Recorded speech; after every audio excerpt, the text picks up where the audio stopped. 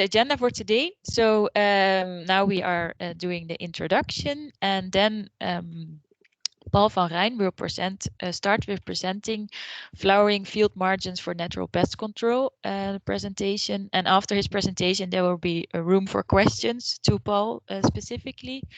After that, Mathias de Hooge will take over and explain about the flower strips sowing and maintenance. And also after that, there are some questions if you have questions directed for him. And before that we start, we always look a little bit who we have in the room, but this is the online room. Okay. And the second question for now is to know, do you have experience with field margin strips? That's nice. So I think we have quite some people that have experience and can share their experience, and a lot of people that can learn from that. Okay, well, good morning, everybody. I'm invited to tell more about my experience with field margins and what's known about it, how it's affecting natural pest control. I'm a researcher at the Universiteit of Amsterdam, and I'm working with biological pest control for many decades already. And the last 10 or 15 years, mainly doing research in pest control in arable fields, using field margins as a way to improve it.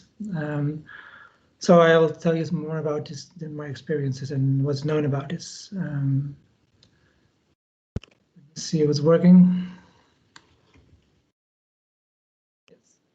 So this project you are in is FABulous Farmers. The FAB stands for Functional Agrobiodiversity.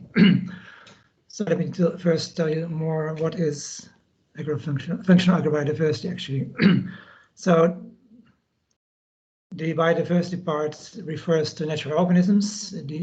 It's called agrobiodiversity because it's biodiversity near or around farms. And it's called functional because it's to the benefit of the farmers themselves, to the benefit of agriculture.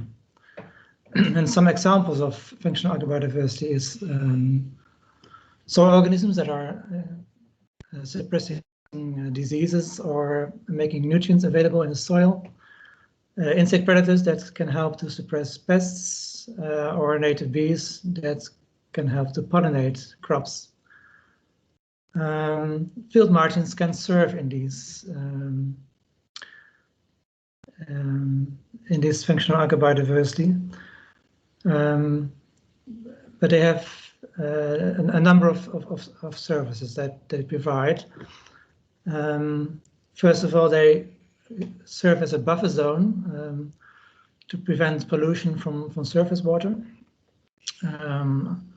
It provides options for biodiversity like birds, small mammals, butterflies. It can support pollinators by providing nectar and pollen and providing nesting sites in these strips. And what's the focus of our presentation today is that it can also support natural enemies of pests. And it can do so by providing cover, providing prey, or providing nectar and pollen for these natural enemies. It's also aesthetic functions. It's valued by people who use the landscape to recreate in, to live, to walk, and to cycle, and that kind of things. So all these functions that field margins have make them more cost effective than when you look at one function only, obviously. As I said, I will focus today on the impacts of field margins on natural pest control. So let's first take a look at natural pest control. What is actually it and how can it be enhanced by field margins? I concentrate on aphids, which are important pests of many different crops, including weeds and potato. And when you look in the fields, you can find quite a number of natural enemies of these aphids. You can find parasitoid wasps that lay eggs on or in the aphids. Lacewings, whose larvae are feeding on the aphids, hoverflies that produce larvae that are feeding on the aphids, and also lady beetles that feed on aphids both as an adult as well as in larvae. And you can also mention a few more of these natural enemies, which all have in common that they are flying into the fields, and they're either produce eggs or feed on the aphids themselves. But in addition to that, you also have a number of predators that are more ground dwelling, that are feeding on all kinds of organisms in or on the soil, but also when prey is available, are willing to walk into the plants and feed on the aphids there. So the latter group of natural enemies, let me use the laser pointer. They are mostly affected by the soil quality and by soil management, while the upper part of the natural enemies are more affected by the landscape as a whole, because you have to fly in from outside.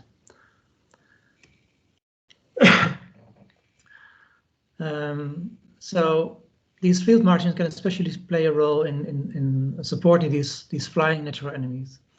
And I'll explain it a little bit more in detail. When you consider a crop, for instance, potato crop, or in this example, the cabbage, natural enemies can fly in like hoverflies. They look for aphid colonies where they produce eggs. From these eggs, larvae hatch, and these larvae can feed on the aphids. And when they have grown big enough, they pupate, and so they have fulfilled part of their life cycle in this way. But in the end, they also have to. It's typical of these natural enemies that they, as an adult, they do not feed on prey, but they feed on floral resources. So to close this whole cycle, you need to feed on pollen. They need to feed on pollen and nectar. The nectar to survive and to enable to be able to fly and be active, and pollen, which they use as a protein source for producing eggs inside the body. So they have to feed for some time on these floral resources before they can move into the field again and try to find aphids. But it's not only a one cycle, but they also have to move up and down from the field inside into an area with flowers on a regular basis, because they're running out of energy within a few days and have to refuel themselves, feeding on nectar. So this means that they have to be relatively close together, these two habitats, if you will call them, the crop and the flower strips have to be relatively close together. In addition to that, to be maintained year-round,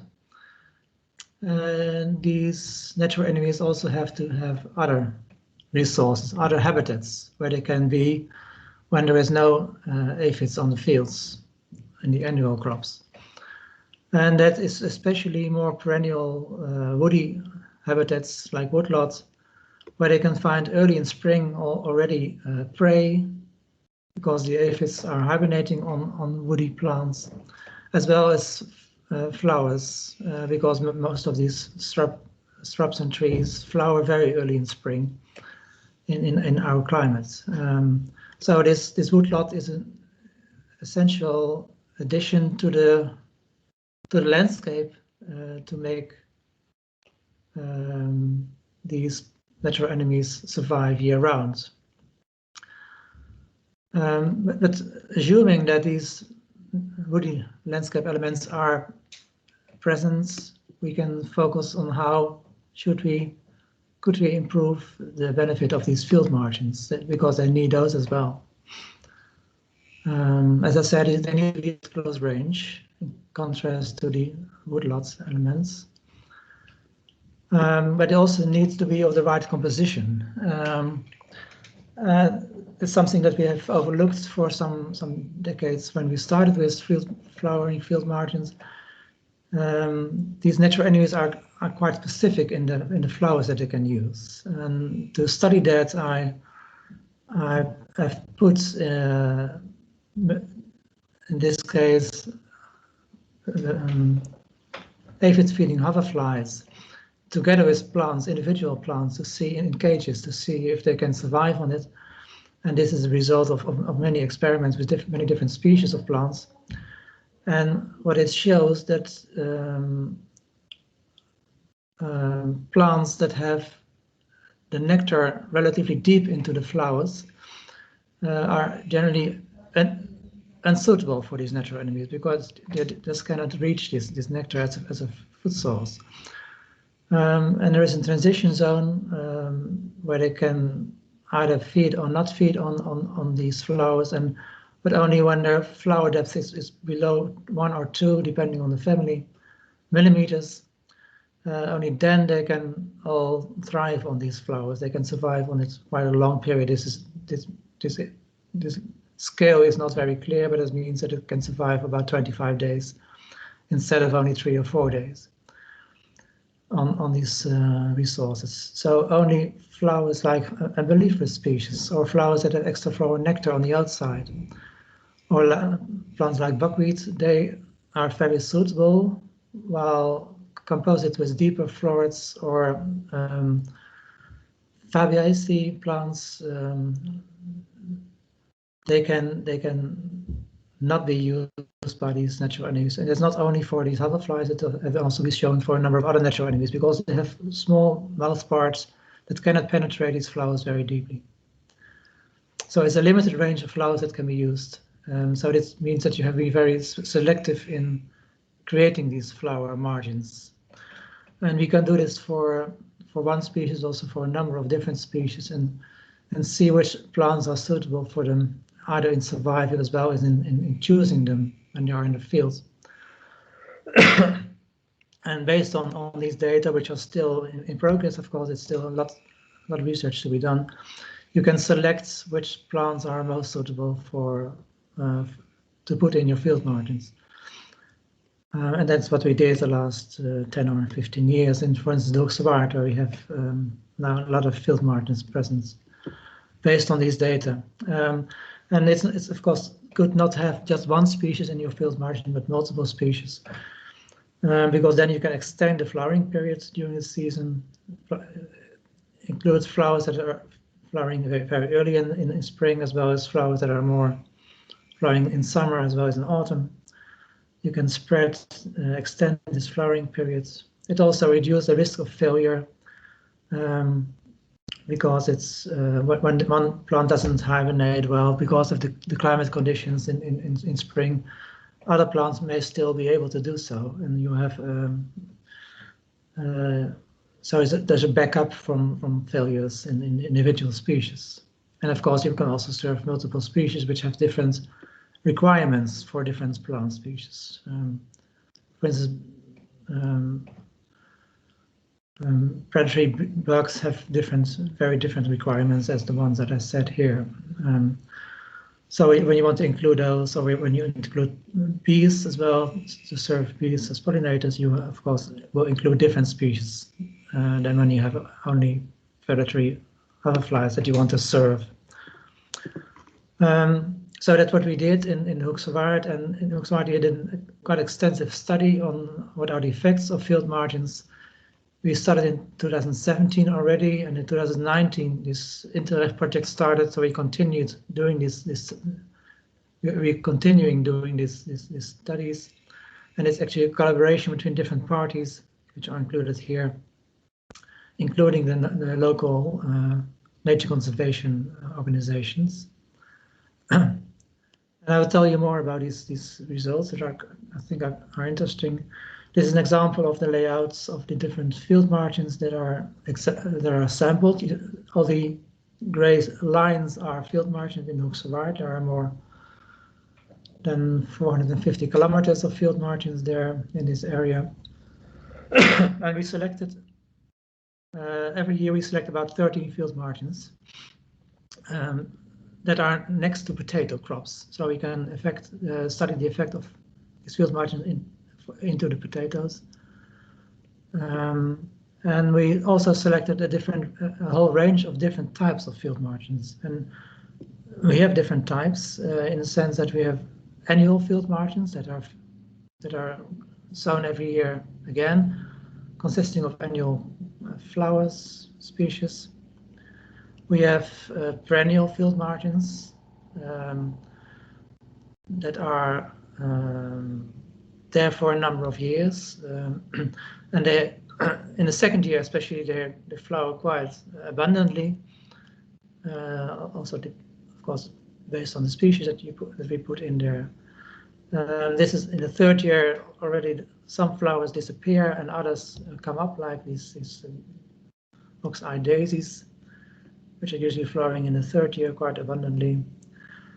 And after a number of years, the grasses take over and you don't see any flowers anymore. After 5, 6, 7 years, I will show that later.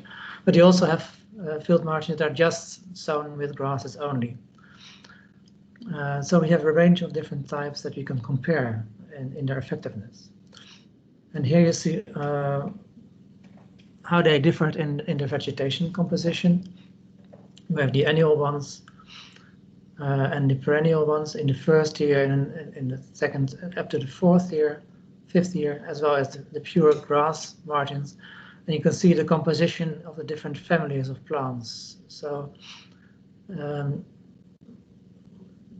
main pattern that you see is that the grasses gradually take over when they grow older, these field margins. But also the annual ones, of course, disappear, are not present in the perennial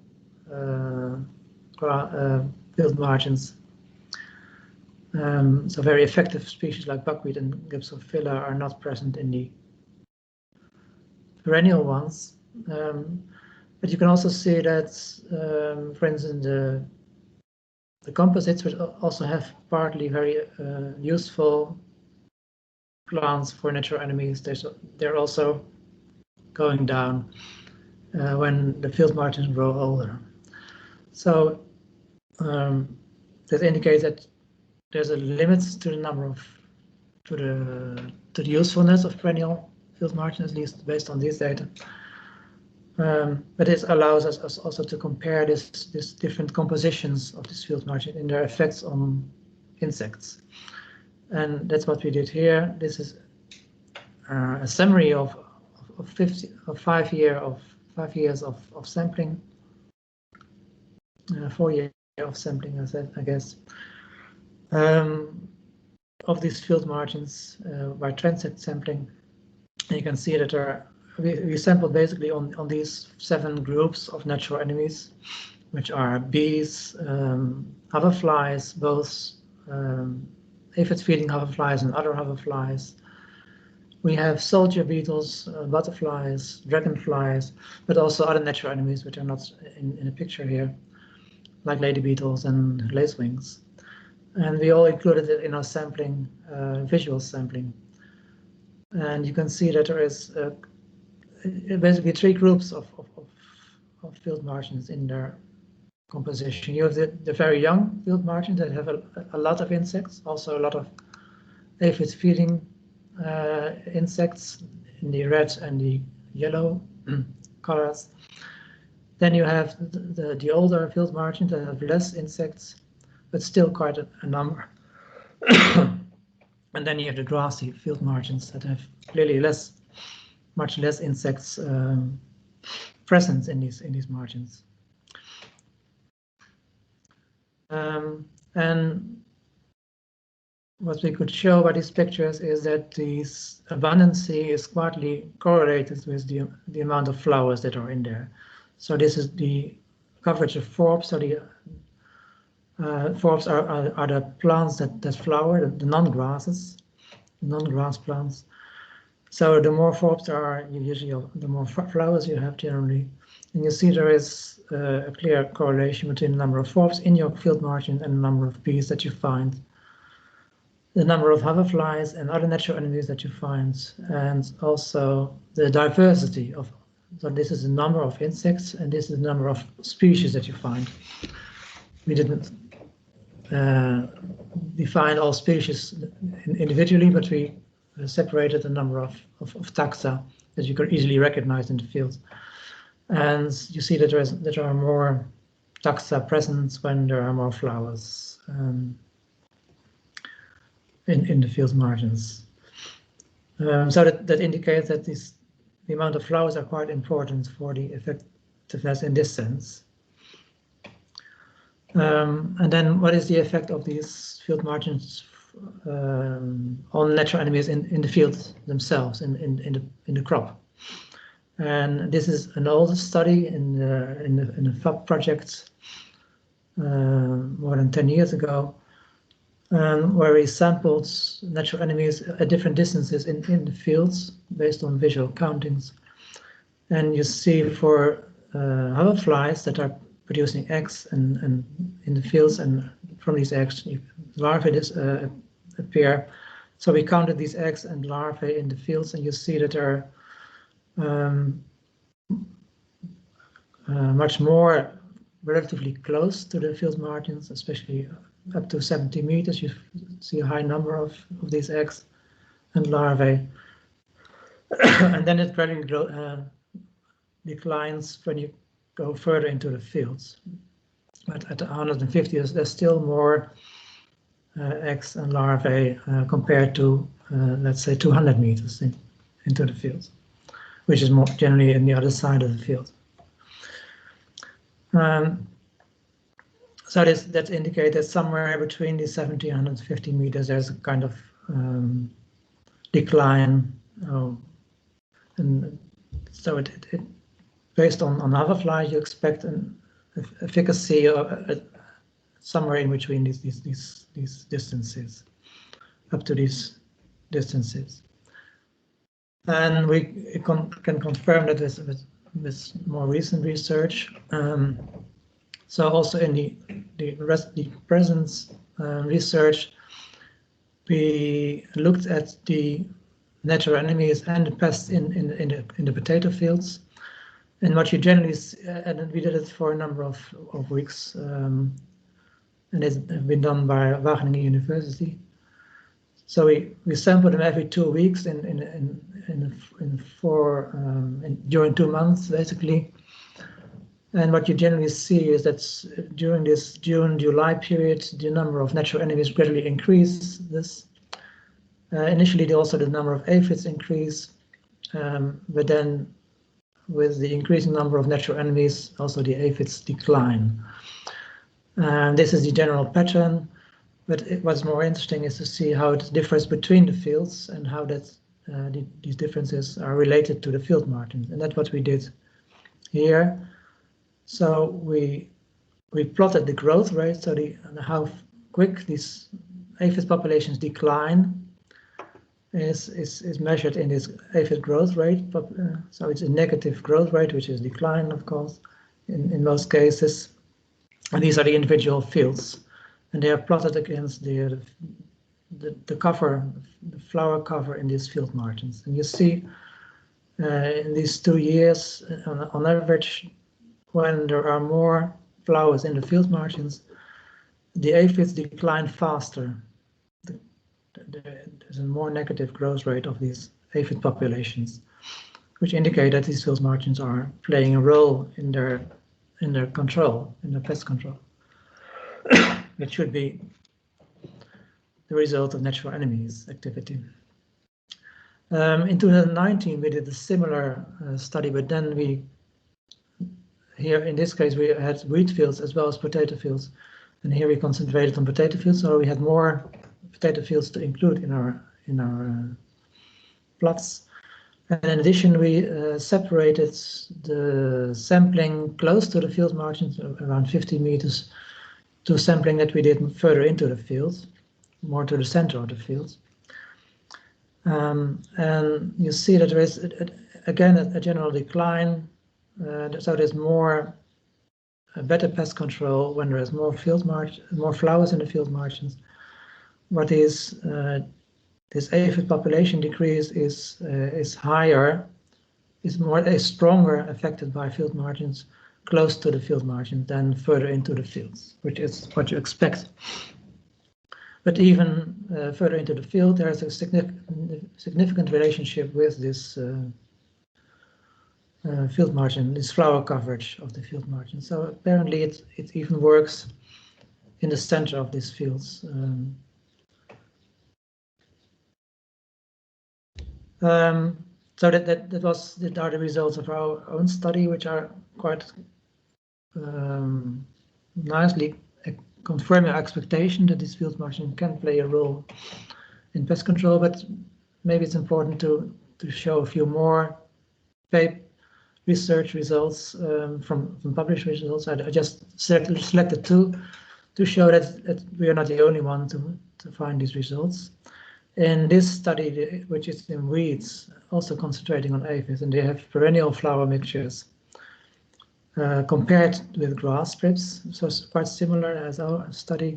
And they also did it at different distances, 10 meters and 50 meters. In addition to that, they excluded natural enemies in part of the field plots by netting. And when you compare these netted plots with the open plots where all natural enemies can just enter, you see that the aphid population decline is much bigger in the open fields compared to the field plots where there are no natural enemies present. In addition to that, you see that the plots which are in the fields with flower margins, they call it the enhanced strips compared to the grass strips. The aphid population decline is much bigger than when you have only grass strips next to your fields. And in addition to that, also the distance play a role. So close to the field margin, the decline is higher than when you are further away from your further into the field, further away from your field margins. And it's even the case for the grassy field margins. Now you see that the main effect is from the field margin. There's a secondary effect from the distance to the field margin. So that's confirming our results, basically. Another study that I want to show you is in potato again. And here they compared flowering strips with plots without flower strips, so just potato all over the place. So when you have a flower strip, you see there are clearly more hoverflies in your fields, and it's at a distance of 1 and 10 meters. There are more lacewings in your potato fields, and probably as a result, there are much less aphids. So the pest control is apparently much better in the fields with flower strips compared to the fields without flower strips. So these are a few examples. There are many more to supply that indicate that these flower strips do enhance natural pest control in these crops. And there are also examples where they didn't get good results, I must say. But generally, you can always see why it doesn't work, because either they did not look at the right natural enemies that are effective for these pests that are studied, or they didn't supply the right flowers for these natural enemies. So when you take everything together, it's often inconclusive, but you really have to be sure that you take the right measures, the right types of flower margins for the pests that you want to control before you can conclude if it works or not.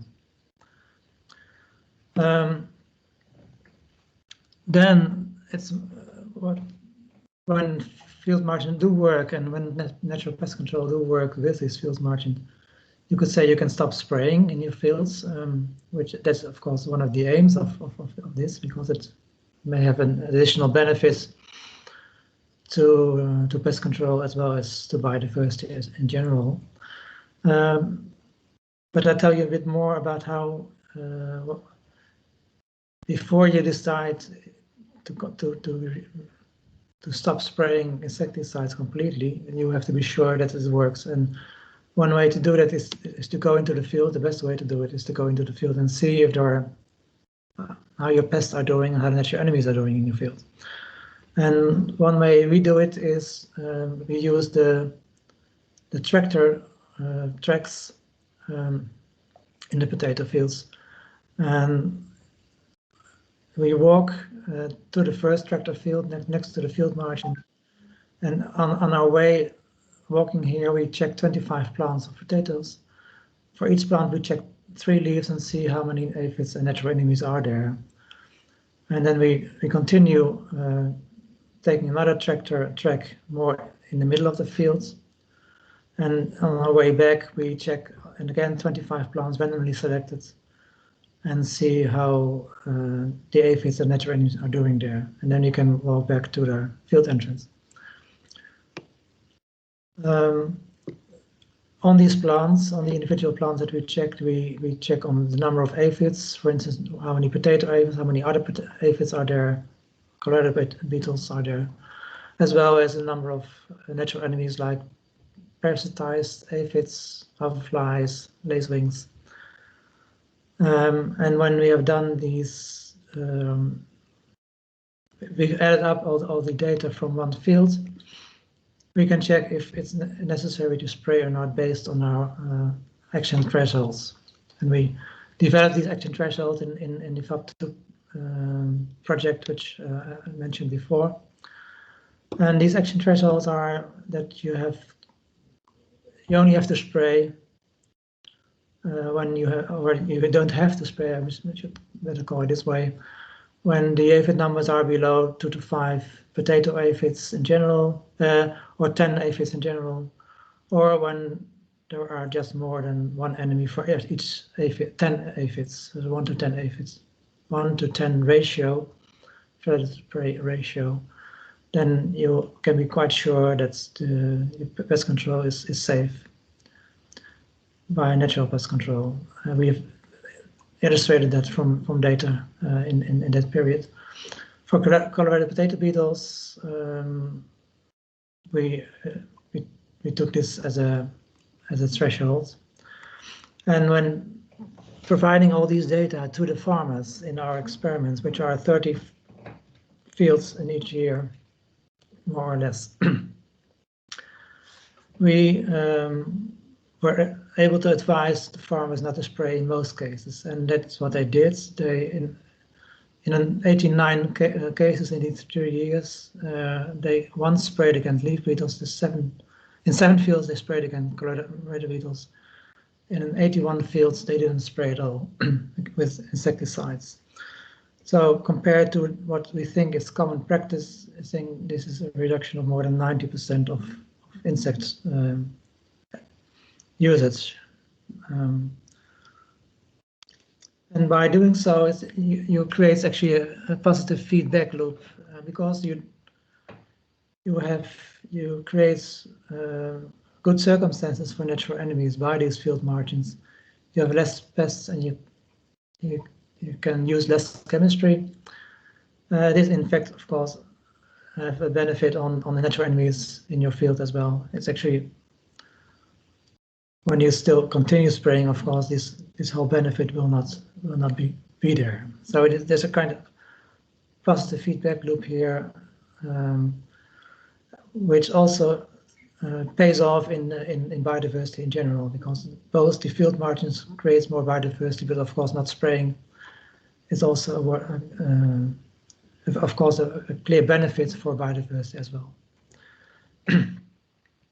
So that's what I wanted to say about this these field margins and their effects right now. Thank you for your attention. My name is Mathias Doge. I work for the Flemish organization Boerenatuur Vlaanderen. If you try to translate this, it would be something like Farmers and Nature Flanders. We help farmers with all kinds of measures they can take to improve biodiversity on the farm in a way that it's ecologically, but also economically interesting for them. Today, I will give a short presentation of the sowing and the management techniques of flower strips. We start with an article. It's in Dutch, but it says that in Flanders we have almost 500 hectares of flower strips. Flower strips are getting more and more popular in all countries, I think, especially in Flanders. And if you choose the right mix, you can have multiple benefits. Paul told us something about it. But if you want good results, it's also important to sow your field margins in the right way. It's not always easy.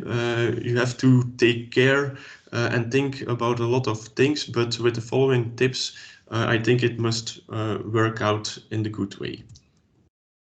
So the most important things to consider when you sow and that we will discuss now are the location, the soil condition, the period of sowing, tillage, and the sowing itself. So flower strips mostly prefer full sun. So if possible, choose a spot in full sun, but partial sun is also possible. So you have to take a look at that, but if it's possible, choose always a spot in full sun. And it's important that spot you choose has no problems with flood or have areas with pools of water in it. If you choose your location, also think about the visibility of the flower strips. People will definitely enjoy the view and you will definitely get compliments if you have a flower strip where people can walk or cycle around. So that's also maybe something you can think about. Flower strips don't need the best soil to grow. They don't need fertilizers to grow, but it's important that you know something about the history of that parcel. When you had a lot of weed pressure last years, you have to be careful because weed pressure can strongly influence the chance of success of your flower strip.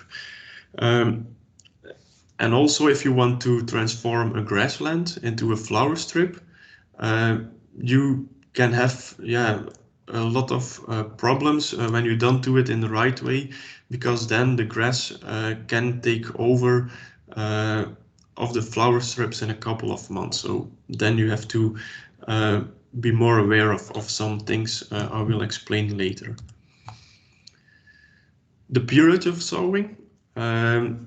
For the most chance of success, I highly recommend to sow in autumn.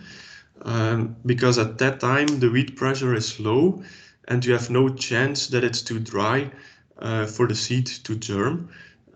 So that are two very big benefits that otherwise can be a problem. So sowing in winter is in autumn is only possible for perennial flowers. So when you can sow perennial flowers, always do it in autumn.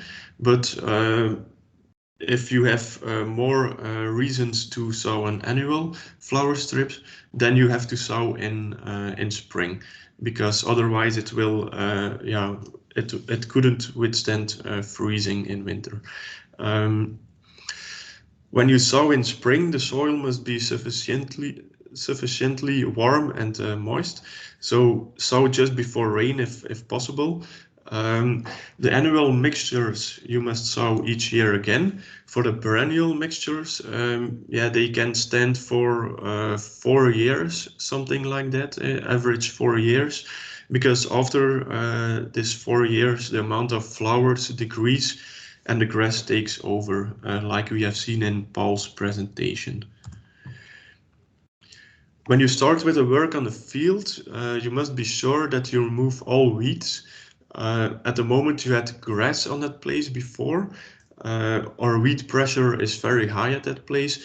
We recommend using an herbicide, or in case that is not desirable, you can better plow the ground, because then you can you will have better results and less problems with weed pressure.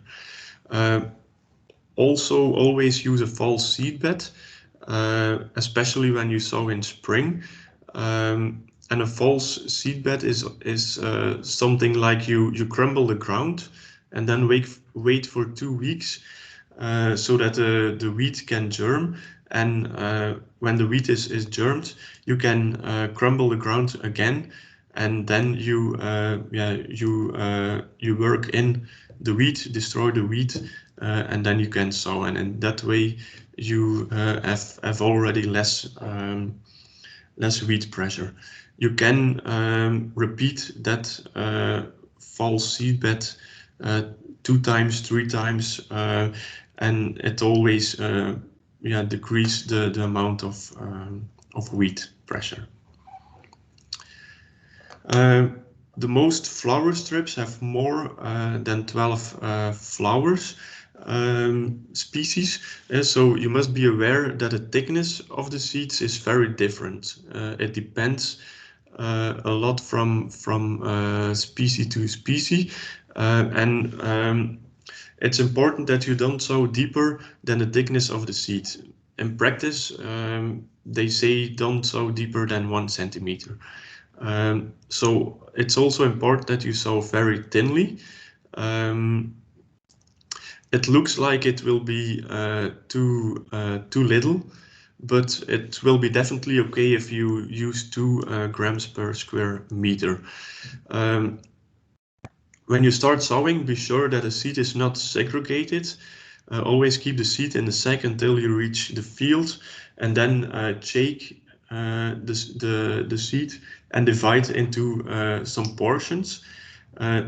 Divide into portions will help you with the equal distribution. And when you sow in spring, always roll on the ground so that the seed have less chance to dry out. When you have sowed, the first germination is after a few days, and when you use an annual flower mix and you sow in spring, it starts flowering after 6 to 8 weeks. When you have perennial flowers and you sow in autumn, then you will have the first flowers somewhere in April. You can choose to sow mechanical with a seeder from grain or cover crops, or you can sow by hand. The results are the same if you do it in the right way, but a lot depends on the area you need to sow and the machines you have available at that time. That was a part about sowing. Now, if we take a look at the maintenance, I will tell you something more of the weed pressure and the mowing.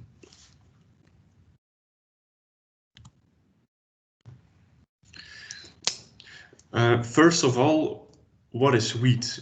It depends a lot of your goals with the flower strips. A small amount of weed is certainly not a disaster. Only intervention is necessary when the weed will threaten to overgrow the flowers, or at the moment the weed plants are harmful for the nearby crops. So a small amount of weed is certainly not a disaster. It's only in a few cases that you have to intervene. So you have annual, also some 1-year problem weeds, and then we talk about miltweed. That's something that where some farmers have some problems with. And when you talk about perennial problems with wheat, It's mostly field thistle, breeding grass, and hedge bindweed.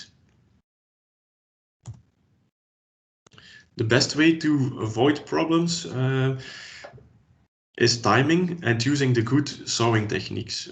So you can sow low competitive grasses. These will help cover the soil and prevent weeds from sprouting. If you still have problems, you can consider doing a few things. You can pulling out the weed by hand, but that can take a lot of time. You can mechanical.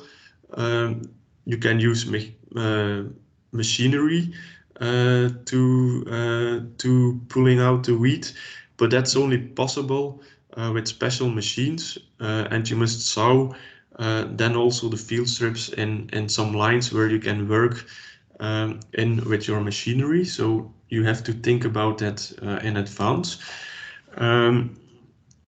Also, you can use herbicides, but it's not always possible. It's also not easy because you only can use them before germination or spot by spot. And when you have a lot of problems with wheat, you can also think about mowing the whole flower border or a part of the flower border.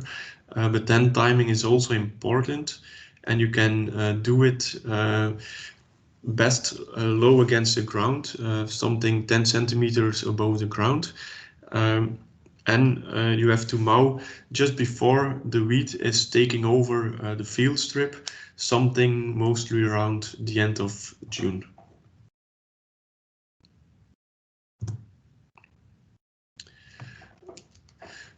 When the strips have finished flowering, you only need to mow so that they can sprout out again in spring. You can mow from the end of September when all flowers have finished flowering, but I think it's better if you wait somewhere in to mow in somewhere in February, because then you have the advantage that the wildlife have shelter in the flower strip, and also it's better for overwintering insects. So if you have the possibility, just mow somewhere in February. Also, don't mow too low against the ground. The height must be something between 10 and 15 centimeter, and always remove the vegetation.